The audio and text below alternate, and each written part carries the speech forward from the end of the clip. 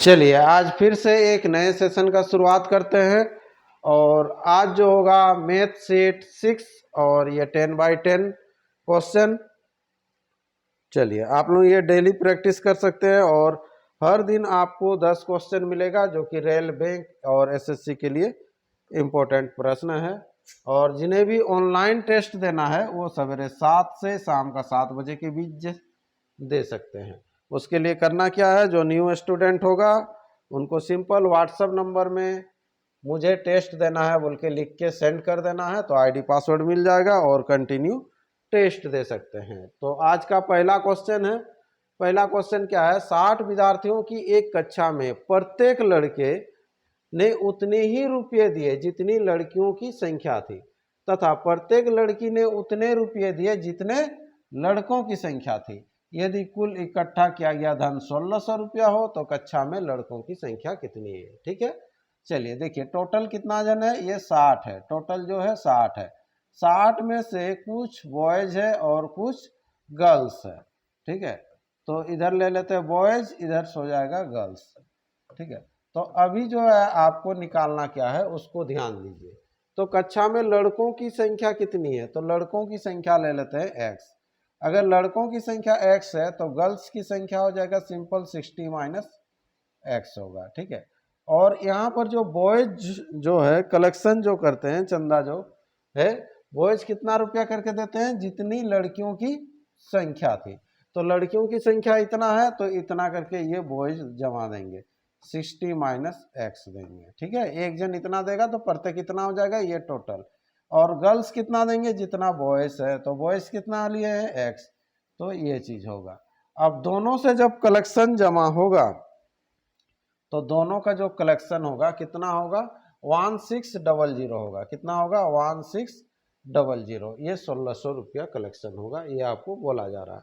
ठीक है, तो अब देखिए यहाँ पर ध्यान दीजिएगा, ये दोनों आपको सेम दिखेगा। ठीक है, ये जो दिख रहा है x into 60 minus x, 60 minus x into x, आगे पीछे है। तो ये दोनों में से एक को ले लीजिए, यहाँ पर करेंगे x इंटू 60 माइनस एक्स, तो यहाँ पर जो 1600 है वो कितना हो जाएगा 800 होगा। समझ में आ रहा है ये चीज। ठीक है, ये दो चीजें मान लीजिए a और a है, तो a हो जाएगा 2a बराबर अगर 1600 है तो a बराबर 800 होगा। अब 800 को ऐसे तोड़ना है कि इस फॉर्मेट में आना चाहिए। ठीक है, 60 यहाँ ज्यादा है तो 60 से कम आपको कुछ ना कुछ आना चाहिए। तो x का जो मान होगा वो क्या होगा, 60 से कम ही होगा। यहाँ आपको दिया हुआ देख लेंगे इस तरह से। ठीक है, अगर टूटता है तो, और नहीं तो फिर द्विघात समीकरण में आपको बनाना होगा। तो द्विघात समीकरण में भी बना सकते हैं या फिर इस फॉर्मेट में भी आपको सोच के बनाना है। ठीक है, चलिए तो यहाँ पर देखिए करेंगे क्या आगे। अगर द्विघात में जाते हैं तो 60x minus x square equal to कितना होगा, ये 800 होगा। कितना होगा 800 होगा। अब जो है ये x square minus 60x plus 800 equal to 0 होगा। तो 800 को तोड़ेंगे, यहाँ पर आपको 800 को तोड़ना है। क्वेश्चन पहला ही क्वेश्चन था ना।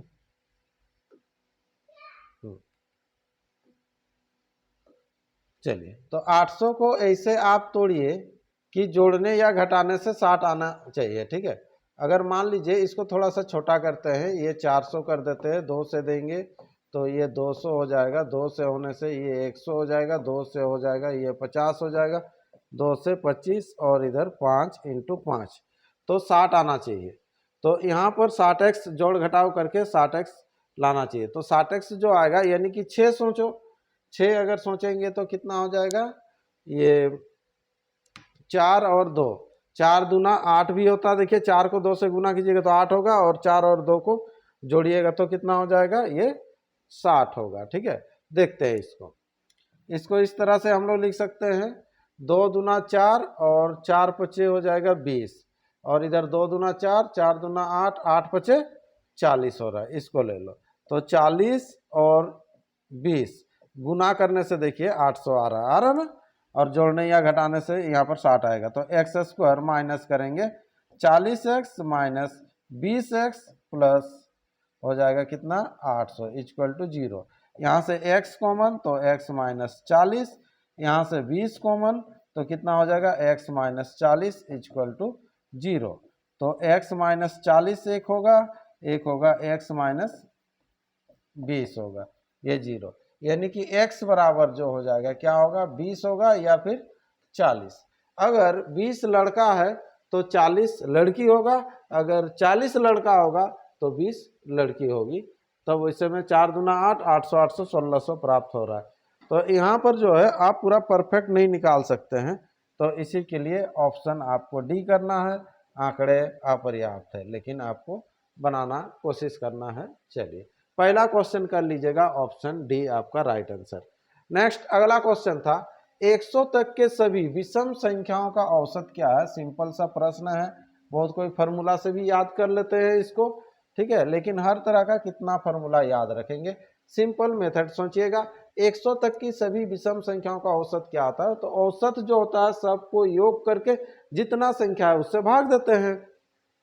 तो यहाँ पर सबको योग करेंगे तो विषम संख्या लिखेंगे, पहला 1 होगा, दूसरा 3 होगा, क्योंकि बोल रहा है कि सभी विषम संख्या, फिर आगे 5 होगा, अंतिम का जो संख्या होगा वो कितना होगा 99 होगा, उससे पहले वाला जो होगा 97, उससे पहला जो होगा 95। इस तरह से आपको संख्या देखने को मिलेगा, ठीक है, बीच में बहुत सारा संख्या रहेगा, ठीक है।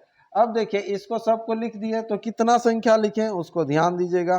तो अभी जो हम लोग संख्या लिखे हैं, कितना संख्या लिखे हैं 50 संख्या लिखे हैं, एक एक छोड़ के लिखे हैं, मीन्स 50 संख्या लिखे हैं। अब इसको जोड़ने का तरीका कैसे जोड़ेंगे, पहला और लास्ट वाला को ले लीजिएगा, 99 और 1, 103 और 97, 100 सब 100 100 करके होगा। 50 संख्या लिखे हैं मतलब 25 जोड़ा होगा, तो ये 100 करके होगा, 25 जोड़ा होगा। नीचे ऑलरेडी आपके पास 50 है, इसको काट लीजिएगा, ये 2 और 25 दूना हो जाएगा कितना 50 फिर से। तो इस प्रश्न का आंसर हो जाएगा कितना 50, ऑप्शन बी इसका राइट आंसर कर लीजिएगा, ठीक है। चलिए नेक्स्ट क्वेश्चन बढ़ते हैं। अगला क्वेश्चन है क्वेश्चन नंबर 3 क्या कह रहा है, 10 वर्ष पूर्व महेश की माता की आयु उसकी आयु की चौगुनी थी। 10 वर्ष पूर्व जो है क्या होगा, माता की आयु है ना, 10 वर्ष पूर्व उसकी माता की जो आयु थी कितना गुना थी, 4 गुनी थी। किसकी माता की आयु, महेश की माता की आयु, है ना, उसकी आयु की 4 गुनी। तो महेश का x ले लो तो यहाँ पर हो जाएगा 4x, लेकिन 10 वर्ष पूर्व का है, ध्यान दीजिएगा। फिर क्या बोल रहा है, 10 वर्ष बाद माता की आयु पुत्री की आयु से 2 गुनी होगी।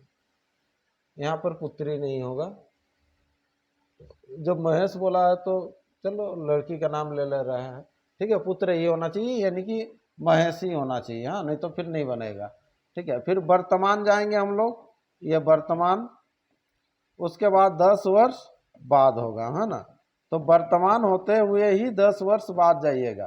तो यहाँ पर हो जाएगा 4x प्लस 10, यहाँ पर हो जाएगा x प्लस 10, और इधर हो जाएगा 4x प्लस 20, और इधर हो जाएगा x प्लस 20, 10 10 बढ़ेगा ना। चलिए तो यहाँ पर हो जाएगा कितना, ये 4x प्लस 20, ये माता की आयु जो कि इसके आयु का कितना गुना होगा, 2 गुना होगा। यही बोला है कितना गुना होगा, 2 गुना। तो महेश की वर्तमान आयु क्या है, तो x का मान सिंपल आपको निकालना है। चलिए ये बराबर हो जाएगा 4x plus 20 equal to 2x plus कितना हो जाएगा, ये 40। अब जो हो जाएगा 2x इक्वल टू हो जाएगा 20, x बराबर हो जाएगा ये 10। लेकिन निकालना क्या है, देखो ये तो 10 आया, 10 वर्ष आया, लेकिन कब का, ये 10 वर्ष पहले का, वर्तमान पूछ रहा, तो 10 प्लस 10 यानी कि 10 प्लस 10 वर्तमान में, तो 20 इसका आंसर हो जाएगा, है ना, 20 ईयर्स ये आंसर हो जाएगा। ऑप्शन सी इसका राइट आंसर करेंगे किसका, क्वेश्चन नंबर 3 का, ठीक है। चलिए नेक्स्ट बढ़ते हैं अगला क्वेश्चन। जहां डाउट होगा कमेंट कीजिएगा। 2 संख्याओं का अंतर बड़ी संख्या के 20% के बराबर है। देखिए 2 संख्याओं का अंतर बोल रहा, तो 2 संख्या का अंतर जब करेंगे बड़ी संख्या, तो जो आगे रहेगा वही बड़ा होगा, तो बड़ी संख्या का कितना परसेंट के बराबर है, 20% के बराबर है। बड़ी संख्या का 20% के बराबर है, ये बोल रहा है, ठीक है। यदि छोटी संख्या 12 हो तो बड़ी संख्या क्या है, तो छोटी संख्या y का मान दे रहा है, कितना दे रहा है, 12 दे रहा है, तो y का मान 12 दे रहा है, तो 12 बाद में भी बैठा सकते हैं। चलो x माइनस वाई, और इधर कितना हो जाएगा ये 5, यानी कि x बट्टा कितना हो जाएगा 5। ठीक है, तो इसको इधर लेके आ जाइए, x माइनस एक्स बट्टा 5 इक्वल टू वाई, उधर जाएगा ये 12 होगा। क्यों? क्योंकि छोटी संख्या आपको दिया हुआ है 12। ठीक है, एलसीएम लीजिएगा, 5 हो जाएगा, 5x से x जाएगा, यानी कि 4x इक्वल टू हो जाएगा 12 गुना 5। 4 से काट लेंगे इसको, 4 तिया 12। हाँ चलो, x बराबर 5 तिया हो जाएगा 15, तो ये 15 आंसर हो जाएगा। ऑप्शन कौन सा होगा? ऑप्शन डी इसका राइट आंसर हो जाएगा क्वेश्चन नंबर 4 का। नेक्स्ट बढ़िए, अगला क्वेश्चन है क्वेश्चन नंबर 5। क्या कहता है? पानी से भरी 12 बाल्टियों से एक टंकी भरी जा सकती है। ठीक है, जबकि प्रत्येक बाल्टी जो है 13.5 लीटर का है। तो पानी कितना आ रहा था उस टंकी में? तो सिंपल गुना कर देंगे, कितना बाल्टी है? 12 बाल्टी है, और गुना एक बाल्टी में पानी कितना आता है? 13.5 करके आता है। ठीक है, इसी टंकी में 9 लीटर वाला अभी बाल्टी से निकालेंगे। तो अब जो है 9 लीटर वाला, पहले 13.5 लीटर वाला था, अब 9 लीटर वाला है, तो ज़्यादा बार निकालना पड़ेगा। तो यहाँ पर गुना x कर लो, ये बराबर कर लीजिएगा। ठीक है, इसको काट लीजिए, 3 तिया 9, 3 चौके 12, फिर इसको 3 से काट लीजिए, पॉइंट रहने दीजिए, 3 चौके हो जाएगा 12, पॉइंट लगेगा, 3 बचे 15। x बराबर 4.5 का डबल होता है 9, यानी कि 9 दूना हो जाएगा 18। 18 आंसर हो जाएगा इस प्रश्न का। ऑप्शन कौन सा? ऑप्शन बी इसका राइट आंसर होगा। ठीक है, चलिए नेक्स्ट क्वेश्चन आते हैं, क्वेश्चन नंबर 6। क्वेश्चन नंबर 6 क्या कहता है? देखिए, 438 संतरों का मूल्य दिया हुआ 1384.08 रुपया, तो 8 दर्जन संतरों का मूल्य क्या होगा? लगभग बोल दिया है, चलिए लगभग बोला है, हाँ, नहीं तो पॉइंट में दिया हुआ है 438 संतरा, तो यहाँ पर है 438, ये 438 संतरा का दाम है 1384.08। तो आपको निकालना है 8 दर्जन, इसको भी संख्या में चेंज करना पड़ेगा, तब 8 गुना 12 कर देंगे, एक दर्जन में 12 पीस होता है, तो 8 गुना 12 कर दीजिए, तो इसका जो हो जाएगा लगभग में दाम कितना होगा, ये चीज़ बोला गया है आपको। ठीक है, तो इसको आपको गुना करना है, क्रॉस गुना कर लीजिए।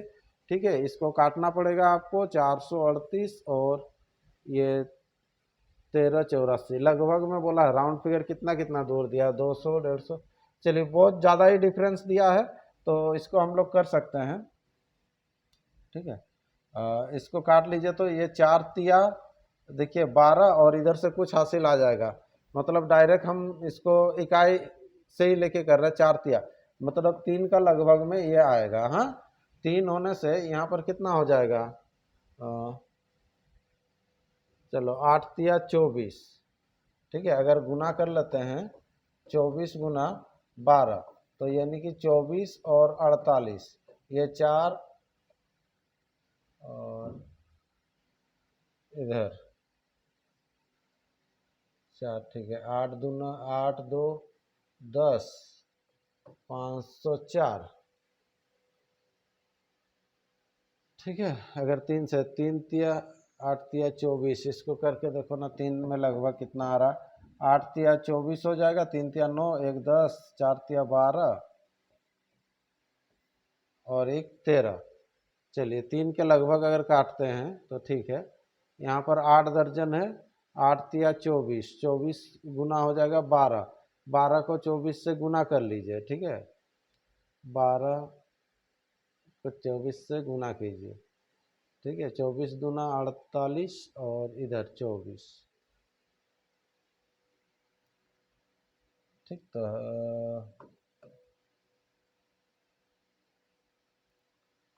चलो पहले 48 होगा, फिर 24 होगा ना, 8 4 4 8, 288, 288 किसके सामने है? देखो 288 हो जाएगा किसके? 300 के सामने। बी आंसर कीजिए, आंसर बी कर लीजिएगा। ठीक है, चलिए ये थोड़ा सा उल्टा लिख दिए थे, डबल कर दिए थे, डबल नहीं होगा।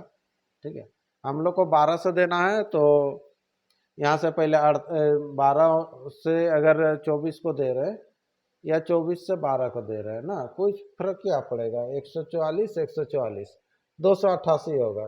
ठीक है, 288 मतलब 300 होगा। ठीक है, 12 को 12 से गुना करेंगे तो 144 होता है, 12 को 24 से गुना करेंगे तो 288 होगा। ठीक, चलिए नेक्स्ट अगला क्वेश्चन।